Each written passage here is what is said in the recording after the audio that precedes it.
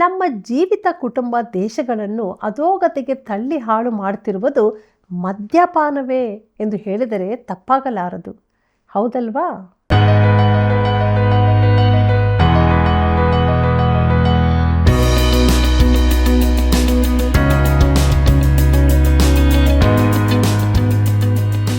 ಆತ್ಮೀಯ ಸ್ನೇಹಿತರೆ, ನಮ್ಮ ಆತ್ಮೀಯ ಜೀವಿತದ ಅಭಿವೃದ್ಧಿಗೆ ದೇವರು ಕೊಟ್ಟ ಅಮೂಲ್ಯವಾದ ಈ ಕಾರ್ಯಕ್ರಮಕ್ಕಾಗಿ ದೇವರನ್ನು ಕೊಂಡಾಡೋಣ. ನೀವು ಹೊಂದಿದ ಆಶೀರ್ವಾದಗಳನ್ನು ನೆನಪಿಸಿಕೊಂಡು ಇತರರಿಗೆ ಹಿಂದೆ ಇದನ್ನು ಪರಿಚಯಪಡಿಸಿರಿ. ಪ್ರಿಯರೇ, ಅಮಲು ಸೇವನೆಯು ಎಷ್ಟು ಭಯಂಕರವಾಗಿದೆ ಎಂದು ಸತ್ಯವೇದವು ನಮಗೆ ತಿಳಿಸ್ತಾ ಇದೆ. ನಮ್ಮನ್ನು ಮೋಸಪಡಿಸುವ ಸಂಗತಿಗಳೇನು ಎಂಬುದನ್ನು ಇವತ್ತು ತಿಳಿದುಕೊಳ್ಳೋಣ. ಬನ್ನಿರಿ, ಪ್ರಾರ್ಥನಾಪೂರ್ವಕವಾಗಿ ನಮ್ಮ ಅಧ್ಯಯನವನ್ನು ಈಗ ಪ್ರಾರಂಭಿಸೋಣ. ಪ್ರಾರ್ಥನೆಯನ್ನು ಮಾಡೋಣ. ಪರಲೋಕದಲ್ಲಿ ನಿವಾಸ ಮಾಡುವಂಥ ನಮ್ಮ ತಂದೆಯೇ, ನಿನ್ನ ಪವಿತ್ರವಾದ ನಾಮಕ್ಕೆ ಅನಂತನಂತ ಸ್ತೋತ್ರವಾಗಲಿ.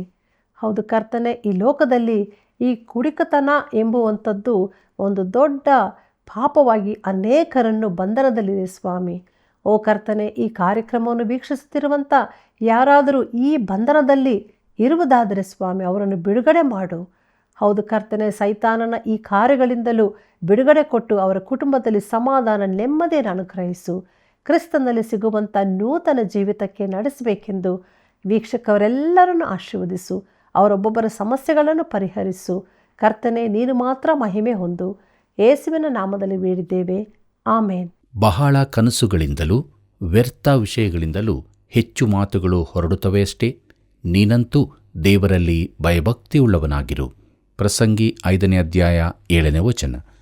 ಕರ್ತನಲ್ಲಿ ಪ್ರೀತಿಯುಳ್ಳ ಸಹೋದರ ಸಹೋದರಿಯರೇ, ನಮ್ಮ ರಕ್ಷಕನಾದ ಯೇಸು ಕ್ರಿಸ್ತನ ಅತೀ ಪರಿಶುದ್ಧವುಳ್ಳ ನಾಮದಲ್ಲಿ ನಿಮ್ಮೆಲ್ಲರಿಗೂ ನನ್ನ ಹೃದಯಪೂರ್ವಕವಾದ ಪ್ರೀತಿಯ ವಂದನೆಗಳು. ಪ್ರೀತಿಯುಳ್ಳ ದೇವಜನರೇ, ಜ್ಞಾನೋಕ್ತಿಗಳು ಪುಸ್ತಕದ ಅಧ್ಯಯನದಲ್ಲಿ ನಾವು ಮುಂದೆ ಸಾಗುವ ಹಾಗೆ 20ನೇ ಅಧ್ಯಾಯವನ್ನು ಧ್ಯಾನ ಮಾಡೋಣ.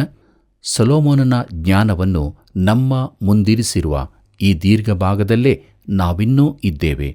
ಇದು ಯೌವನಸ್ಥರಿಗೆ ವಿಶೇಷವಾಗಿ ಹೇಳಲ್ಪಟ್ಟದ್ದಾದರೂ ಎಲ್ಲ ಕ್ರೈಸ್ತರಿಗೂ ಅನ್ವಯಿಸುವಂಥದ್ದಾಗಿದೆ.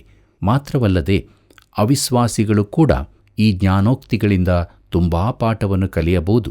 ದೇವರ ವಾಕ್ಯವನ್ನು ಓದುವುದರಿಂದಲೂ ಅಧ್ಯಯನ ಮಾಡುವುದರಿಂದಲೂ ಯಾವನಿಗಾದರೂ ನಿಜವಾದ ಪ್ರಯೋಜನ ಖಂಡಿತ ದೊರಕುತ್ತದೆ. ಅದು ಒಂದೋ ನಿನ್ನನ್ನು ದೇವರ ಸಮೀಪಕ್ಕೆ ತರುತ್ತದೆ, ಇಲ್ಲವೇ ಆತ್ಮನಿಂದ ದೂರ ಓಡಿಸುತ್ತದೆ. ನೀನು ದೇವರ ವಾಕ್ಯಕ್ಕೆ ತಟಸ್ಥ ಪ್ರತಿಕ್ರಿಯೆ ತೋರಿಸಲು ಸಾಧ್ಯವೇ ಇಲ್ಲ. ಅಮಲು ಪದಾರ್ಥದ ಕುರಿತಾಗಿನ ಎಚ್ಚರಿಕೆಯು ಇಲ್ಲಿ ಪ್ರಥಮ ಬಾರಿಗೆ ತಿಳಿಸಲ್ಪಟ್ಟಿದೆ. ಪ್ರಿಯರೇ, ಈ ಅಮಲು ದ್ರವ್ಯಗಳಿಂದ ಲೋಕಾದಿಯಿಂದಲೂ ತುಂಬ ಕೆಟ್ಟ ಪರಿಣಾಮಗಳುಂಟಾಗಿವೆ. ಬೇರೆ ಎಲ್ಲ ಕೆಟ್ಟತನಗಳಿಗಿಂತ ಈ ಅಮಲುಕೋರತನವು ಹೆಚ್ಚಿನ ಹಾನಿಯನ್ನು ರಾಷ್ಟ್ರ, ಕುಟುಂಬ, ವೈಯಕ್ತಿಕ ವ್ಯಕ್ತಿಗಳ ಹಾಗೂ ವ್ಯವಹಾರದ ಮೇಲೆ ಉಂಟು ಮಾಡಿರುತ್ತದೆ. ಜ್ಞಾನೋಕ್ತಿಗಳು 20ನೇ ಅಧ್ಯಾಯ 1ನೇ ವಚನ ಹೀಗೆ ಹೇಳುತ್ತದೆ: ದ್ರಾಕ್ಷಾರಸವು ಪರಿಹಾಸ್ಯ, ಮದ್ಯವು ಕೂಗಾಟ, ಇವುಗಳಿಂದ ಓಲಾಡುವವನು ಜ್ಞಾನಿಯಲ್ಲ ಎಂಬುದಾಗಿ. ಪ್ರೀತಿಯುಳ್ಳ ಸಹೋದರ ಸಹೋದರಿಯರೇ, ಹೊಸ ಒಡಂಬಡಿಕೆಯಲ್ಲಿ ದ್ರಾಕ್ಷಾರಸವು ಅಮಲು ಪದಾರ್ಥವಾಗಿ ಯಾವಾಗಲೂ ಉಪಯೋಗವಾಗಿದೆಯೋ ಎಂಬುದು ಯಾವಾಗಲೂ ತರ್ಕಕ್ಕೆ ಗುರಿಯಾದ ವಿಚಾರವಾಗಿರುತ್ತದೆ. ಗಲಿಲಾಯದ ಕಾನಾ ಊರಿನಲ್ಲಿ ಯೇಸು ಮಾಡಿದ ದ್ರಾಕ್ಷಾರಸವು ಅಮಲಿನಿಂದ ಕೂಡಿದ್ದಾಗಿತ್ತೆಂದು ನಾನು ಖಂಡಿತವಾಗಿ ನಂಬಲಾರೆ. ಆತನು ಈ ರೀತಿ ಮಾಡಿದನೆಂದು ಹೇಳುವವನು ಬುದ್ಧಿಹೀನನು, ನ್ಯಾಯ ವಿರುದ್ಧವಾಗಿರುವವನು ಆಗಿರುತ್ತಾನೆ. ಇಸ್ರಾಯೇಲಿನ ಉಷ್ಣ ಹವಾಮಾನದಲ್ಲಿ ಚರ್ಮದ ಚೀಲಗಳಲ್ಲಿ ದ್ರಾಕ್ಷೆಯ ರಸವನ್ನು ಹಾಕಿಟ್ಟಲ್ಲಿ ಅದು ಬೇಗದಲ್ಲೇ ಹುಳಿಯಾಗಿ ಅಮಲಿನಿಂದ ಕೂಡಿರುತ್ತದೆ ಎಂದು ಕೆಲವರು ವಾದಿಸುತ್ತಾರೆ. ಆದರೆ ಕಾನಾದಲ್ಲಿ ಆದ ಘಟನೆಯಲ್ಲಿ ಯೇಸು ನೀರನ್ನು ಉಪಯೋಗಿಸಿದನು ಮತ್ತು ಕೆಲವೇ ಸೆಕೆಂಡುಗಳಲ್ಲಿ ಅದು ದ್ರಾಕ್ಷಾರಸವಾಯಿತು. ಪ್ರಿಯ ಮಿತ್ರನೇ, ಅದು ಅಲ್ಲಿ ಹುಳಿಯಾಗಲಿಲ್ಲ. ಕಾನಾ ಊರಿನಲ್ಲಾದ ಮದುವೆಯ ಸಮಾರಂಭವು ಧಾರ್ಮಿಕ ಆಚರಣೆಯಾಗಿದ್ದು ಅಲ್ಲಿ ಹುಳಿಯಾದದ್ದು ಯಾವುದೂ ಉಪಯೋಗವಾಗಿರಲಿಕ್ಕಿಲ್ಲ. ಹಾಗೆಯೇ ಪಸ್ಕಾ ಹಬ್ಬ ಆಚರಣೆಯ ಸಂದರ್ಭದಲ್ಲಿ ಹಾಗೂ ಕರ್ತನ ಪವಿತ್ರ ರಾತ್ರಿ ಭೋಜನವನ್ನು ಪ್ರಾರಂಭಿಸುವಾಗ ಅಲ್ಲಿದ್ದ ದ್ರಾಕ್ಷಾರಸವು ಅಮಲಿನಿಂದ ಕೂಡಿದ್ದಾಗಿರಲಿಲ್ಲ. ಅಮಲು ಬರಬೇಕಾದರೆ ಹುಳಿಯಾಗುವಿಕೆಯಾಗಬೇಕು. ಆದರೆ ಪಸ್ಕಾ ಹಬ್ಬ ಆಚರಣೆಯಲ್ಲಿ ಯಾವ ಹುಳಿಯೂ ಇರಕೂಡದಾಗಿತ್ತು. ಈ ರೀತಿಯ ಅಮಲು ಉಂಟುಮಾಡುವ ಎಲ್ಲವನ್ನೂ ದೇವರ ವಾಕ್ಯದಲ್ಲಿ ನಿಷೇಧಿಸಲಾಗಿದೆ. ಈ ಮೇಲಿನ ವಚನವು ಅದಕ್ಕೆ ಸರಿಯಾದ ಮಾತಾಗಿರುತ್ತದೆ. ಪ್ರಿಯರೇ, ಈ ದಿನಗಳಲ್ಲಿ ಅನೇಕರು ಈ ಅಮಲಿನ ಸೆಳೆತಕ್ಕೆ ಸಿಕ್ಕಿ ಬೀಳುತ್ತಿದ್ದಾರೆ. ಈ ಅಮಲಿನ ವ್ಯವಹಾರಗಳಿಂದ ಕೋಟಿಗಟ್ಟಲೆ ತೆರಿಗೆಯ ಆದಾಯ ಬರುತ್ತಿದ್ದರೂ ನಾನು ಅದಕ್ಕೆ ಸಂತೋಷಿಸಲಾರೆ. ಆದರೆ ಈ ಅಮಲಿನ ದುರಭ್ಯಾಸಗಳಿಂದಾಗಿ ಕುಡಿದು ವಾಹನ ಚಲಾಯಿಸುವುದರಿಂದಾಗಲಿ ಆಗುವ ಅನಾಹುತಗಳ, ಅಪಘಾತಗಳ, ಅಂಗಊನತೆಗಳ, ಆಸ್ಪತ್ರೆಯ ಖರ್ಚುಗಳ ಲೆಕ್ಕವನ್ನು ಯಾರೂ ಗಮನಿಸುವುದಿಲ್ಲ. ಇದರಿಂದಾಗಿ ಆಗುವ ಖರ್ಚುಗಳನ್ನು ಯಾರೂ ಲೆಕ್ಕ ಹಾಕುತ್ತಿಲ್ಲ. ಮಾದಕ ಪದಾರ್ಥಗಳ ಕುರಿತಾದ ಜಾಹೀರಾತು ಈ ದಿನಗಳಲ್ಲಿ ಅತಿ ಹೆಚ್ಚು ಆದಾಯ ತರುವ ವಿಚಾರವಾಗಿರುವುದರಿಂದ ಯಾರೂ ಅದರಿಂದಾಗುವ ಅನಾಹುತಗಳ ಕುರಿತಾಗಿ ಮಾತನಾಡುತ್ತಿಲ್ಲ. ಪ್ರಿಯರೇ, ಈ ರೀತಿಯ ಅಮಲಿನಿಂದಾಗುವ ನಷ್ಟ, ಅನಾಹುತಗಳು ಅಪಾರವಾಗಿದೆ. ಕರ್ತನಲ್ಲಿ ಪ್ರಿಯರೇ, ಪಾನಮತ್ತತೆಯು ನೋಹನಿಂದ ಪ್ರಾರಂಭವಾಯಿತು. ಅಂದಿನಿಂದ ಇಂದಿನವರೆಗೂ ಅದು ಒಂದು ದೊಡ್ಡ ಸಮಸ್ಯೆಯಾಗಿ ಬೆಳೆದಿರುತ್ತದೆ. ಮದ್ಯಸಾರವು ಮದ್ದಿಗಾಗಿ ಉಪಯೋಗಿಸಲ್ಪಡುತ್ತದೆ. ಆದರೆ ಅದನ್ನು ಪಾನವಾಗಿ ಅತಿಯಾಗಿ ಸೇವಿಸಿದಾಗ ಅದರಿಂದ ದುಷ್ಪರಿಣಾಮಗಳಾಗುತ್ತವೆ. ಮದ್ಯಪಾನಿಗಳ ಸಂಖ್ಯೆ ವರ್ಷದಿಂದ ವರ್ಷಕ್ಕೆ ಹೆಚ್ಚಾಗುತ್ತಾ ಇದೆ. ಈ ಮಹಾರಾಕ್ಷಸನಿಗೆ ಎದುರಾಗಿ ನಿಲ್ಲುವುದು ಅಪಾಯಕಾರಿಯಾಗಿದೆ. ನಮ್ಮ ದೇಶವನ್ನು ನಾಶ ಮಾಡಲಿರುವುದು ಮಿಸೈಲುಗಳಲ್ಲ, ಆದರೆ ಮದ್ಯಪಾನವೇ. ಮುಂದಕ್ಕೆ ನೋಡೋಣ. ಜ್ಞಾನೋಕ್ತಿಗಳು 20ನೇ ಅಧ್ಯಾಯ 3ನೇ ವಚನವನ್ನು.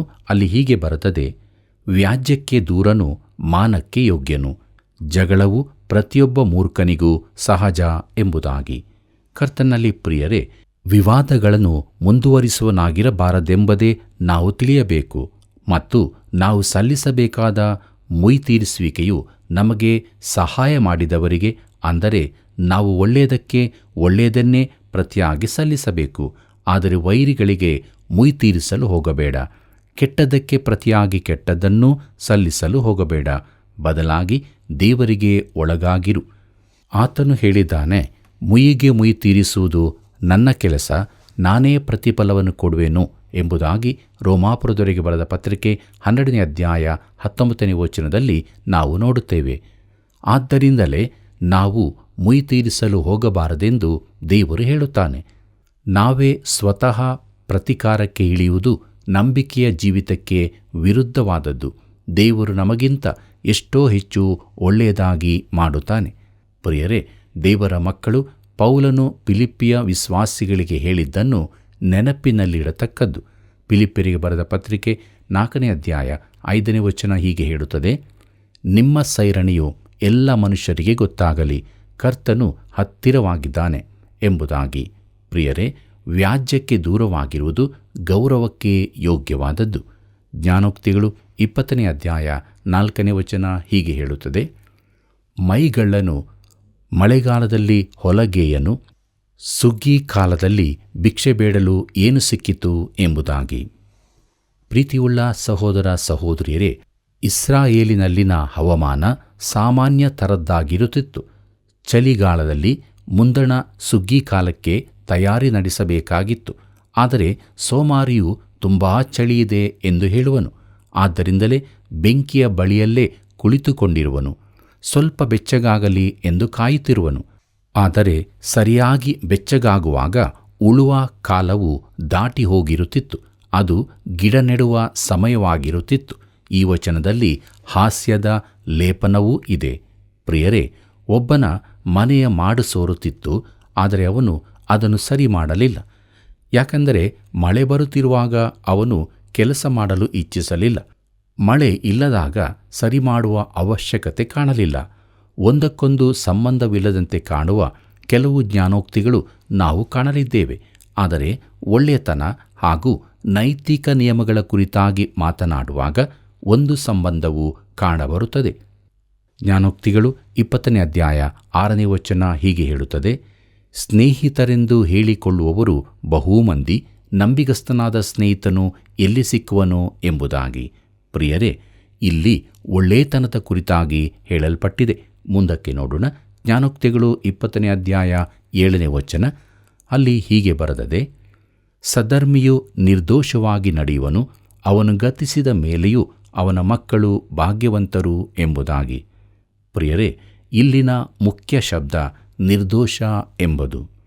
ಜ್ಞಾನೋಕ್ತಿಗಳು 20ನೇ ಅಧ್ಯಾಯ 8ನೇ ವಚನ ಹೀಗೆ ಹೇಳುತ್ತದೆ: ರಾಜನು ನ್ಯಾಯಾಸನಾರೂಢನಾಗಿ ತನ್ನ ದೃಷ್ಟಿಯಿಂದ ಸಕಲ ಕೆಟ್ಟತನವನ್ನು ತೂರುವನು ಎಂಬುದಾಗಿ.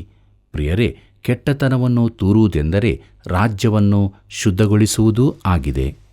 ಜ್ಞಾನೋಕ್ತಿಗಳು 20ನೇ ಅಧ್ಯಾಯ 9ನೇ ವಚನವನ್ನು ಗಮನಿಸಿರಿ. ಅಲ್ಲಿ ನಾವು ಹೀಗೆ ನೋಡುತ್ತೇವೆ: ನನ್ನ ಹೃದಯವನ್ನು ಶುದ್ಧ ಮಾಡಿಕೊಂಡಿದ್ದೇನೆ, ನನ್ನ ಪಾಪವನ್ನು ಕಳೆದುಕೊಂಡು ನಿರ್ಮಲನಾಗಿದ್ದೇನೆ ಎಂದು ಯಾರು ಹೇಳಬಲ್ಲರು ಎಂಬುದಾಗಿ. ಪ್ರಿಯರೇ, ಇಲ್ಲಿನ ಮುಖ್ಯ ಶಬ್ದಗಳು ಶುದ್ಧ ಹಾಗೂ ನಿರ್ಮಲ ಎಂಬುದು. ಮುಂದಕ್ಕೆ ನೋಡೋಣ. ಜ್ಞಾನೋಕ್ತಿಗಳು 20ನೇ ಅಧ್ಯಾಯ 10ನೇ ವಚನ: ತೂಕದ ಕಲ್ಲನ್ನು ಅಳತೆಯ ಪಾತ್ರೆಯನ್ನು ಹೆಚ್ಚಿಸುವುದು ತಗ್ಗಿಸುವುದು ಇವೆರಡೂ ಯೆಹೋವನಿಗೆ ಅಸಹ್ಯ ಎಂಬುದಾಗಿ. ಪ್ರಿಯರೇ, ಮೋಸವನ್ನು ಒಳ್ಳೆತನವನ್ನು ಹೋಲಿಸಿ ಹೇಳಿಯದೆ. ಜ್ಞಾನೋಕ್ತಿಗಳು 20ನೇ ಅಧ್ಯಾಯ 11ನೇ ವಚನ ಹೀಗೆ ಹೇಳುತ್ತದೆ: ಒಬ್ಬ ಹುಡುಗನಾದರೂ ಶುದ್ಧವೂ ಸತ್ಯವೂ ಆದ ನಡತೆಯಿಂದಲೇ ತನ್ನ ಗುಣವನ್ನು ತೋರ್ಪಡಿಸಿಕೊಳ್ಳುವನು ಎಂಬುದಾಗಿ. ಪ್ರಿಯರೇ, ಮಕ್ಕಳಲ್ಲಿಯೂ ಇರಬೇಕಾದ ಶುದ್ಧತೆಯ ಕುರಿತಾಗಿ ಹೇಳಲಾಗಿದೆ. ಜ್ಞಾನೋಕ್ತಿಗಳು 20ನೇ ಅಧ್ಯಾಯ 12ನೇ ವಚನವನ್ನು ಗಮನಿಸಿರಿ. ಅಲ್ಲಿ ನಾವು ಹೀಗೆ ನೋಡುತ್ತೇವೆ: ಕೇಳುವ ಕಿವಿ, ನೋಡುವ ಕಣ್ಣು ಇವೆರಡನ್ನೂ ಯೆಹೋವನು ನಿರ್ಮಿಸಿದ್ದಾನೆ ಎಂಬುದಾಗಿ. ಕರ್ತನಲ್ಲಿ ಪ್ರೀತಿಯುಳ್ಳ ದೇವಜನರೇ, ನಮ್ಮ ತಲೆಯನ್ನು ಉಪಯೋಗಿಸಬೇಕೆಂದು ಇಲ್ಲಿ ಹೇಳಿಯದೆ. ದೇವರು ನಮಗೆ ಕಿವಿಗಳನ್ನು ಕಣ್ಣುಗಳನ್ನು ಕೊಟ್ಟಿದ್ದಾನೆ, ನೋಡು ಹಾಗೂ ಕೇಳು ಎಂಬುದಾಗಿ. ಇದು ರೈಲು ಹಳಿಯನ್ನು ದಾಟುವ ಮೊದಲು ಮಾಡಬೇಕಾದ ಕಾರ್ಯ ಮಾತ್ರವಲ್ಲದೆ ಪ್ರತಿದಿನದ ಜೀವಿತದಲ್ಲೂ ಮಾಡಬೇಕಾದದ್ದಾಗಿದೆ. ಈ ಎಲ್ಲ ಜ್ಞಾನೋಕ್ತಿಗಳ ಸಮೂಹದಲ್ಲಿ ನಾವು 2 ಸೂತ್ರಗಳನ್ನು ಪ್ರಾಮುಖ್ಯವಾಗಿ ಗಮನಿಸಬೇಕು. ಅದೇನೆಂದರೆ, ನನ್ನ ಹೃದಯವನ್ನು ಶುದ್ಧ ಮಾಡಿಕೊಂಡಿದ್ದೇನೆ, ನನ್ನ ಪಾಪಗಳಿಂದ ಶುಚಿಕೊಂಡಿದ್ದೇನೆ ಎಂದು ಯಾರು ಹೇಳಬಲ್ಲರು ಎಂಬುದೇ. ಪ್ರಿಯ ಸ್ನೇಹಿತನೇ, ನೀನು ಹೇಳಬಲ್ಲೆಯ? ನಾವ್ಯಾರೂ ಈ ರೀತಿ ಹೇಳಶಕ್ತರಲ್ಲವೆಂದು ನಾನು ನೆನೆಸುತ್ತೇನೆ. ಯಾರೂ ಕೂಡ ತನ್ನ ಸ್ವಂತ ಪ್ರಯತ್ನದಿಂದ ಶುದ್ಧನಾಗಲಾರನು. ಚಿಕ್ಕ ಮಕ್ಕಳು ಇನ್ನೂ ಚಿಕ್ಕವರಾಗಿರುವಾಗಲೇ ಅವರಲ್ಲಿನ ಕೋಪವನ್ನು ಕಾಣುತ್ತೇವೆ. ಯಾವ ಮನುಷ್ಯನೂ ತನ್ನ ಸ್ವಾಭಾವಿಕ ಸ್ಥಿತಿಯಲ್ಲಿ ನಾನು ನನ್ನ ಹೃದಯವನ್ನು ಶುದ್ಧ ಮಾಡಿಕೊಂಡಿದ್ದೇನೆ, ನನ್ನ ಪಾಪಗಳಿಂದ ನಿರ್ಮಲಗೊಂಡಿದ್ದೇನೆ ಎಂದು ಹೇಳಲು ಸಾಧ್ಯವಿಲ್ಲ. ನಾವು ಪರಲೋಕಕ್ಕೆ ಹೋಗಬೇಕಾದರೆ ಹೊಸದಾಗಿ ಹುಟ್ಟಬೇಕು. ನಿನಗೆ ನಿಜ ನಿಜವಾಗಿ ಹೇಳುತ್ತೇನೆ, ಒಬ್ಬನು ಹೊಸದಾಗಿ ಹುಟ್ಟದಿದ್ದರೆ ದೇವರ ರಾಜ್ಯವನ್ನು ಕಾಣಲಾರನು. ಯೋಹಾನ ಬರೆದ ಸುವಾರ್ತೆ 3ನೇ ಅಧ್ಯಾಯ 3ನೇ ವಚನದಲ್ಲಿ ಇದನ್ನು ನಾವು ನೋಡುತ್ತೇವೆ. ಪ್ರಿಯರೇ, ಯೇಸು ಇದನ್ನು ಒಬ್ಬ ಧಾರ್ಮಿಕನಾದ ಒಳ್ಳೆಯ ವ್ಯಕ್ತಿಗೆ ಹೇಳಿದ್ದನು. ಯೇಸು ಕ್ರಿಸ್ತನ ಬಳಿಗೆ ರಕ್ಷಣೆಗಾಗಿ ಬಂದು ಕ್ರಿಸ್ತನ ನೀತಿಯನ್ನು ಧರಿಸಿಕೊಳ್ಳದ ಹೊರತು ಯಾವನೂ ಕೂಡ ತನ್ನನ್ನು ಒಳ್ಳೆಯವನು, ಶುದ್ಧನು, ನಿರ್ಮಲನು ಎಂದು ಕರೆಸಿಕೊಳ್ಳಲು ಅಸಾಧ್ಯ. ಆಗ ಮಾತ್ರ ಅವನು ಕ್ರಿಸ್ತನಿಂದ ಅಂಗೀಕರಿಸಲ್ಪಡುವನು. ಆದರೂ ನಾವು ಮಹಿಮೆಯನ್ನು ಪ್ರವೇಶಿಸುವ ತನಕಲೂ ನಮ್ಮಲ್ಲಿ ಹಳೇ ಸ್ವಭಾವವು ಇದ್ದೇ ಇರುತ್ತದೆ. ಆದರೆ ದೇವರೆದುರಿನಲ್ಲಿ ಒಳ್ಳೆತನವೂ ನಿರ್ದೋಷತ್ವವೂ ಪ್ರಾಮುಖ್ಯವಾಗಿದೆ ಎಂಬುದನ್ನು ಜ್ಞಾನೋಕ್ತಿಗಳಿಂದ ತಿಳಿದುಕೊಳ್ಳುತ್ತೇವೆ. ಶುದ್ಧತ್ವಕ್ಕೂ ಬೆಲೆ ಇದೆ. ಒಬ್ಬ ದೇವರ ಮಗುವು ದೇವರ ಕೃಪೆಯ ಸುವಾರ್ತೆಗೆ ಯೋಗ್ಯವಾಗಿ ಜೀವಿಸತಕ್ಕದ್ದು. ಪ್ರಿಯರೇ, ಅನೇಕ ವರ್ಷಗಳಿಂದ ಕೇಳಲ್ಪಟ್ಟ ಒಂದು ಪ್ರಶ್ನೆ ನನ್ನೆದುರಿಗಿದೆ. ನೀನು ಕ್ರಿಸ್ತನಾಗಿರುವುದಕ್ಕಾಗಿ ಬಂಧಿಸಲ್ಪಟ್ಟರೆ ನಿನಗೆ ಶಿಕ್ಷೆ ವಿಧಿಸಲು ತಕ್ಕದಾದ ಆಧಾರಗಳಿರುತ್ತವೆಯೋ? ಈ ದೂರಿನೊಂದಿಗೆ ನೀನು ಒಂದು ವೇಳೆ ನ್ಯಾಯಾಲಯದ ಎದುರು ತರಲ್ಪಟ್ಟಿದ್ದಿ ಎಂದು ನೆನೆಸುವ. ಈ ಮನುಷ್ಯನು ಒಬ್ಬ ಕ್ರೈಸ್ತನು. ನಿನಗೆ ಶಿಕ್ಷೆ ವಿಧಿಸಲು ಬೇಕಾದಷ್ಟು ಪುರಾವೆಗಳು ಸಿಗುತ್ತವೆಯೋ? ಇಲ್ಲವೇ ನಿನಗೆ ಬಿಡುಗಡೆಯಾಗಬಹುದೋ? ನಿನ್ನ ಜೀವಿತ ನೋಡುವಾಗ ಒಬ್ಬ ಕ್ರೈಸ್ತನಿಗೆ ಯೋಗ್ಯವಾಗಿ ನೀನು ಜೀವಿಸುತ್ತಿಲ್ಲವೆಂದು ಅವರು ಕಂಡುಕೊಳ್ಳುವರೋ? ಪ್ರಿಯ ಮಿತ್ರನೇ, ನೀನು ನಿರ್ದೋಷವಾಗಿಲ್ಲವೆಂದು ಕಂಡುಕೊಳ್ಳುವರೋ? ನಿನ್ನಲ್ಲಿ ಒಳ್ಳೆಯತನವಾಗಲಿ ಶುದ್ಧತೆಯ ಕಡೆಗಿನ ಆಶೆಯಾಗಲಿ ಇಲ್ಲವೆಂದು ಕಂಡುಕೊಳ್ಳುವರೋ? ಪ್ರಿಯರೇ, ಈ ಜ್ಞಾನೋಕ್ತಿಯಲ್ಲಿನ 2ನೇ ವಿಚಾರವೆಂದರೆ, ದೇವರು ನಿನಗೆ ನೋಡಲು ಕಣ್ಣುಗಳನ್ನು, ಕೇಳಲು ಕಿವಿಗಳನ್ನು ಕೊಟ್ಟಿದ್ದಾನೆ. ಅವುಗಳನ್ನು ಉಪಯೋಗಿಸು. ನಿಲ್ಲು, ನೋಡು, ಕೇಳು. ಜೀವಿತದಲ್ಲಿ ಕುರುಡನಂತೆ ಮುನ್ನುಗ್ಗಬೇಡ. ನಿನ್ನ ಕಣ್ಣುಗಳನ್ನು ಉಪಯೋಗಿಸು, ಕಿವಿಗಳನ್ನು ತೆರೆದಿಡು. ದೇವರು ನಿನಗೆ ಸ್ವಲ್ಪ ಮಟ್ಟಿನ ಸಾಮಾನ್ಯ ಜ್ಞಾನ ಕೊಟ್ಟಿದ್ದಾನೆ. ದೇವರು ನಿನಗಾಗಿ ಹೇಳುವ ಮಾತುಗಳನ್ನು ಕೇಳು. ನೀನು ನಿನ್ನನ್ನು ಶುದ್ಧ ಮಾಡಿಕೊಳ್ಳಲಾರೆ. ದೇವರು ಮಾತ್ರ ನಿನ್ನನ್ನು ಶುದ್ಧ ಮಾಡಬಲ್ಲನು. ನೀನು ಎಲ್ಲ ಪಾಪದ ಕಲೆಗಳನ್ನು ತೆಗೆದುಹಾಕಿ ಈ ಲೋಕದಲ್ಲಿ ನಿರ್ದೋಷವಾಗಿ ನಡೆಯಲಿಕ್ಕೂ ದೇವರೆದುರು ಯೋಗ್ಯನಾಗಿ ನಿಲ್ಲಲಿಕ್ಕೂ ದೇವರು ಮಾಡಬಲ್ಲನು. ಮುಂದಕ್ಕೆ ನೋಡೋಣ. ಜ್ಞಾನೋಕ್ತಿಗಳು 20ನೇ ಅಧ್ಯಾಯ 13ನೇ ವಚನವನ್ನು. ಅಲ್ಲಿ ಹೀಗೆ ಬರೆದದೆ, ನಿದ್ರಾ ನಿರತನಾಗಿರಬೇಡ, ಬಡವನಾದಿಯೇ, ಕಣ್ಣು ತೆರೆ, ಆಹಾರದಿಂದ ತೃಪ್ತಿಗೊಳ್ಳುವಿ ಎಂಬುದಾಗಿ. ಪ್ರೀತಿಯುಳ್ಳ ದೇವಜನರೇ, ಕೆಲಸ ಮಾಡು ಎಂದು ಜ್ಞಾನಿಯು ಹೇಳುತ್ತಿದ್ದಾನೆ. ಪೌಲನು ಥೆಸಲೋನಿಕದವರಿಗೂ ಇದೇ ಮಾತನ್ನು ಹೇಳಿದ್ದಾನೆ. ಥೆಸಲೋನಿಕದವರಿಗೆ ಬರೆದ 2ನೇ ಪತ್ರಿಕೆ 3ನೇ ಅಧ್ಯಾಯ 10ನೇ ವಚನ ಹೀಗೆ ಹೇಳುತ್ತದೆ, ಕೆಲಸ ಮಾಡಲೊಲ್ಲದವನು ಊಟ ಮಾಡಬಾರದೆಂದು ಆಜ್ಞಾಪಿಸಿದ್ದಾನೆ ಎಂಬುದಾಗಿ. ಅವರು ಕರ್ತನ 2ನೇ ಬರೋಣದ ಕುರಿತು ಎಷ್ಟು ಸಂಭ್ರಮದಿಂದಿದ್ದರೆಂದರೆ ಅವರು ಆತನಿಗಾಗಿ ಕಾಯುತ್ತಾ ಇದ್ದರು.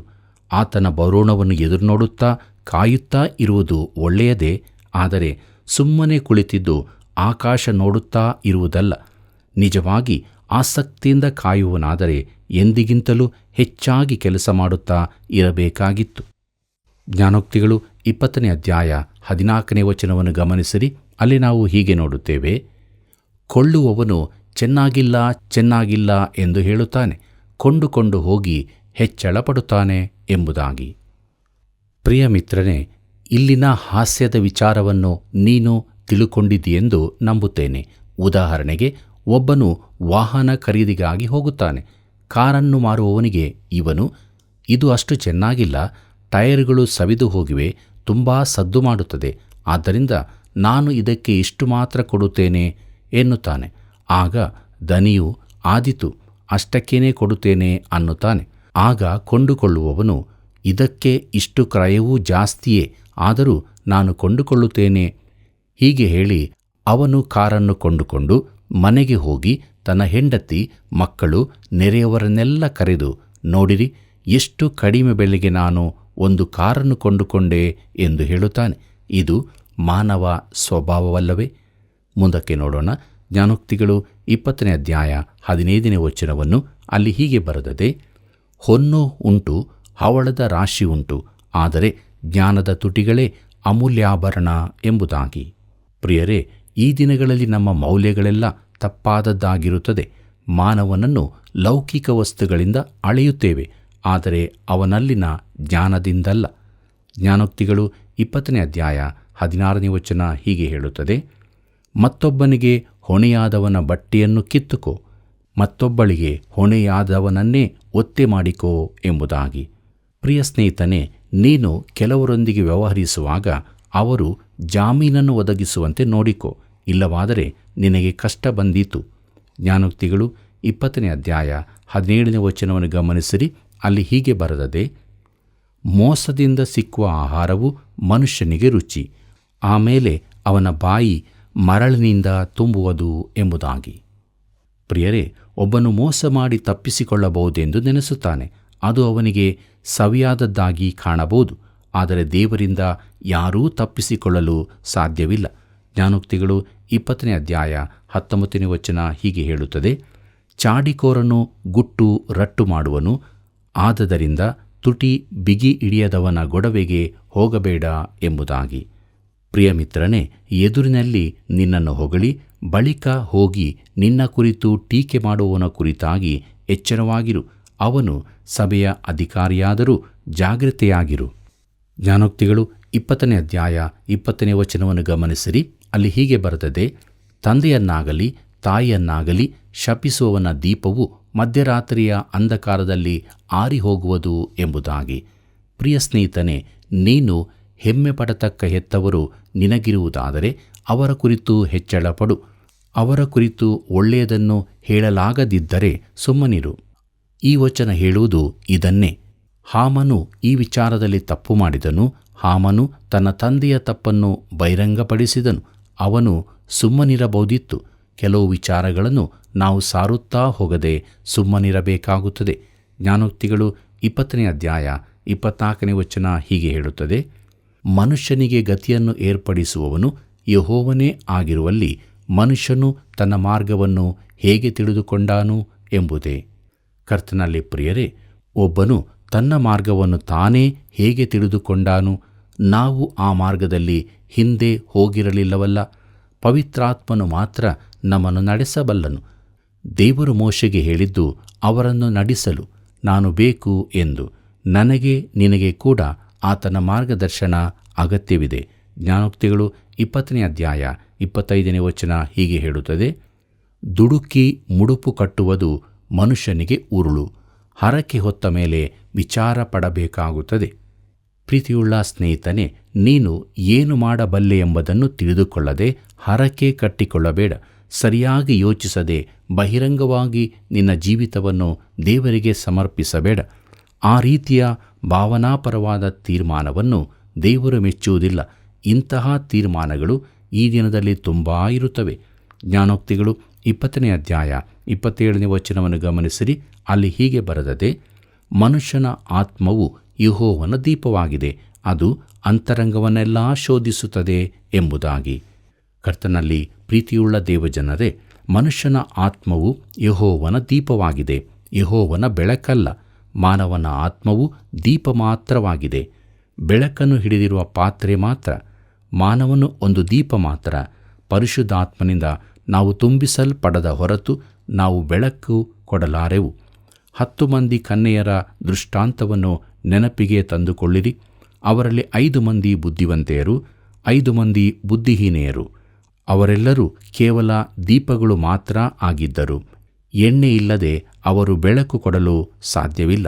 ಜ್ಞಾನೋಕ್ತಿಗಳು 20ನೇ ಅಧ್ಯಾಯ 29ನೇ ವಚನ ಹೀಗೆ ಹೇಳುತ್ತದೆ, ಯುವಕರಿಗೆ ಬಲವು ಭೂಷಣ, ಮುದುಕರಿಗೆ ನರೆಯು ಒಡವೆ ಎಂಬುದಾಗಿ. ಪ್ರೀತಿಯುಳ್ಳ ದೇವಜನರೇ, ಈ ವಚನ ಹೇಳುವುದೇನೆಂದರೆ, ನಿನ್ನ ವಯಸ್ಸಿಗೆ ತಕ್ಕಂತೆ ನಡೆದುಕೋ ಎಂದು. ಯೌವನಸ್ಥನು ಆಟಗಾರನಂತೆ ಚುರುಕಾಗಿರಬೇಕು, ಆದರೆ ವೃದ್ಧನು ಯೌವನಸ್ಥನೆಂದು ತೋರಿಸಿಕೊಳ್ಳಲು ಹೋಗಬಾರದು. ಹಾಗೆ ಮಾಡುವುದಾದರೆ ಅವರು ಎಲ್ಲರೆದುರು ಹಾಸ್ಯಕ್ಕೆ ಗುರಿಯಾದಾರು. ಅವರು ತಮ್ಮ ಪ್ರಾಯಕ್ಕೆ ತಕ್ಕಂತೆ ವರ್ತಿಸಬೇಕು. ಸ್ವಲ್ಪ ಜ್ಞಾನವನ್ನು ಉಪಯೋಗಿಸಬೇಕು, ಯಾಕಂದರೆ ನರೆ ಕೂದಲು ಜ್ಞಾನದ ಸಂಕೇತವಾಗಿದೆ. ಕರ್ತನಲ್ಲಿ ಪ್ರೀತಿಯುಳ್ಳ ಸಹೋದರ ಸಹೋದರಿಯರೇ, ದೇವರ ವಾಕ್ಯವು ನಮ್ಮ ಸಂಗಡ ಮಾತನಾಡಿದೆಯಲ್ಲವೇ? ನಮ್ಮ ಜೀವಿತದಲ್ಲಿ ಕೂಡ ದೈವಿಕ ಜ್ಞಾನವನ್ನು ನಾವು ಹೊಂದಿದವರಾಗಿ, ದೇವರ ಪ್ರೀತಿಯಿಂದ ತುಂಬಿದವರಾಗಿ ಆತನನ್ನೇ ಘನಪಡಿಸೋಣ ಮತ್ತು ಇತರಿಗೆ ಕೂಡ ಆತನನ್ನು ತಿಳಿಯಪಡಿಸೋಣ. ಹೀಗಾಗುವಂತೆ ದೇವರು ತಾನೇ ಸಹಾಯ ಮಾಡಿ ನಡೆಸಲಿ. ಕರ್ತನ ಕೃಪೆಯು ಸದಾ ನಿಮ್ಮ ಸಂಗಡ ಇರಲಿ. ಪ್ರಿಯರೇ, ಅಮಲು ಪದಾರ್ಥ ಸೇವನೆ ಮೋಸಗಾರಿಕೆ ಮಾನವನ ಜೀವಿತಕ್ಕೆ, ಕುಟುಂಬಕ್ಕೆ, ನಾವು ವಾಸಿಸುವ ದೇಶಕ್ಕೆ ಒಂದು ಶಾಪವಾಗಿದೆ. ಎಲ್ಲ ಕೆಟ್ಟತನಗಳು ಇದರಿಂದ ಹುಟ್ಟಿಕೊಳ್ಳುತ್ತದೆ. ನಮ್ಮಲ್ಲಿ ಯಾರಾದರೂ ಈ ಸಮಸ್ಯೆಗೆ ಸಿಕ್ಕಿಕೊಂಡಿರುವುದಾದರೆ ದೇವರ ವಾಕ್ಯ ಬೋಧಿಸಿದ ಸತ್ಯಕ್ಕೆ ವಿಧೇಯರಾಗಿ ದೇವರ ಕಡೆಗೆ ಬಂದು ಬಿಡುಗಡೆ ಹೊಂದಿಕೊಂಡು ಪರಿಶುದ್ಧರಾಗಿ ಜೀವಿಸಿ ದೇವರನ್ನು ಮಹಿಮೆಪಡಿಸೋಣ. ಪ್ರಿಯ ವೀಕ್ಷಕರೇ, ದೇವರ ವಾಕ್ಯವು ನಿಮ್ಮ ಜೀವಿತದ ನಿಜ ಸ್ಥಿತಿಯನ್ನು ತೋರಿಸಿದೆ ಅಲ್ವಾ? ಇತರರು ಕೂಡ ಬೆಳಕಿನ ಜೀವಿತಕ್ಕೆ ಬರುವಂತಾಗಲು ಈ ಸೇವೆಯ ಅಭಿವೃದ್ಧಿಗಾಗಿ ನಿಮ್ಮ ಕರೆಗಳು ಅಗತ್ಯವಾಗಿದೆ. ಹಿಂದೆ ಕರೆ ಮಾಡಿರಿ, ಮಿಸ್ ಕಾಲ್ ನೀಡಿ ಸೇವೆಯನ್ನು ಬೆಂಬಲಿಸಿರಿ. ಮತ್ತೆ ಭೇಟಿಯಾಗೋಣ. ನಿಮ್ಮೆಲ್ಲರಿಗೂ ತುಂಬ ಹೃದಯದ ವಂದನೆಗಳು.